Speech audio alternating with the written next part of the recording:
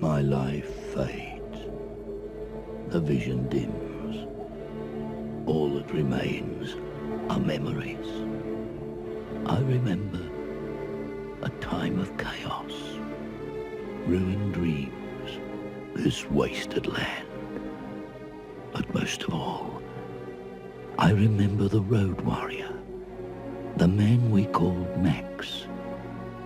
To understand who he was, you have to go back to another time, when the world was powered by the black fuel, and the desert sprouted great cities of pipe and steel. Gone now, swept away. For reasons long forgotten, two mighty warrior tribes went to war and touched off a blaze which engulfed them all. Without fuel, they were nothing. They'd built a house of straw. The thundering machine sputtered and stopped. Their leaders talked and talked and talked. But nothing could stem the avalanche. Their world crumbled. The cities exploded. Only those mobile enough to scavenge, ready to wage war for a tank of juice. And in this maelstrom of decay, ordinary men were battered and smashed. Men like Max. And became a shell of a man. A burnt-out, desolate man. A man haunted by the demons of his past. A man who wandered out into the wasteland. And it was here, in this blighted place, that he learned to live again.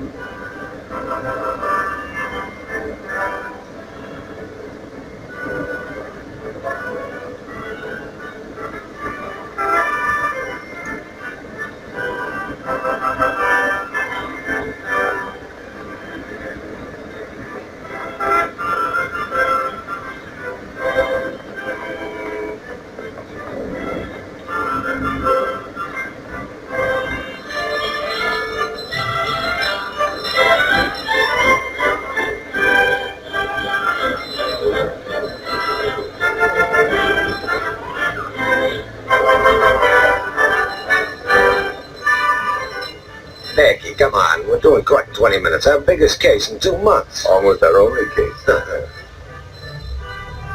on.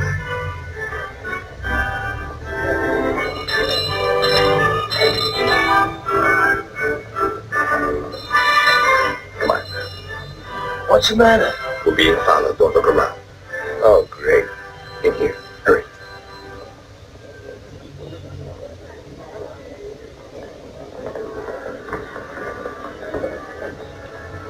Who was it? Some amateur. Maybe a process server. Or a relative trying to make a touch. I promised him I'm not playing Santa Claus anymore. Colonel Marcus, Merry Christmas. my name is Saphir, and my business is private. Bert Harris is my law partner. Mr. Saphir, who conducts his private business in Macy's window. Major Saphir, of the Haganah, the underground army of the provisional government in Palestine. I thought it better not to be seen at your office. You sure you want to talk to me? Absolutely. Please listen. I represent the world's youngest, worst trained, least equipped, and most outnumbered army. On May the 15th, the British will withdraw. We will announce our independence, and 6 nations have promised to drive you into the sea. Yes, I read the newspapers. have you read their exact words?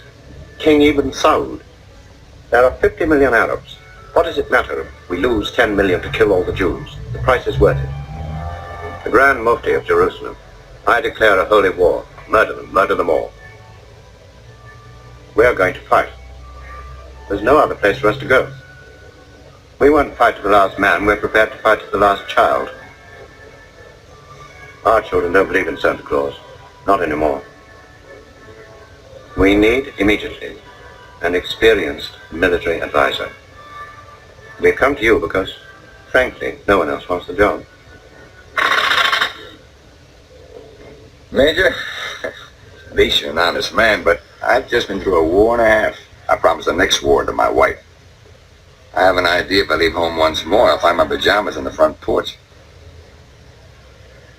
Will you give up everything you love to fight an insane war for a little country that's going to get its brains blown out in a couple of weeks? If it were my country. Maybe it's yours, but it isn't mine. But you're a Jew. I'm an American, Major.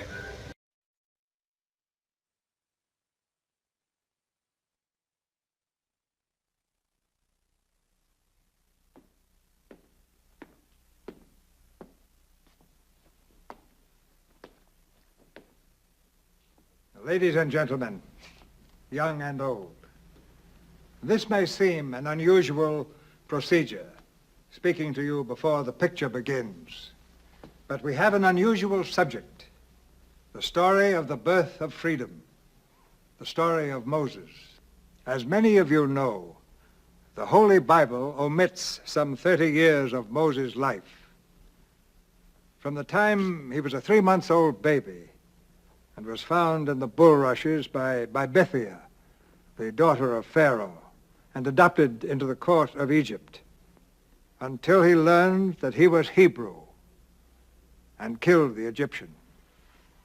To fill in those missing years, we turn to ancient historians such as Philo and Josephus.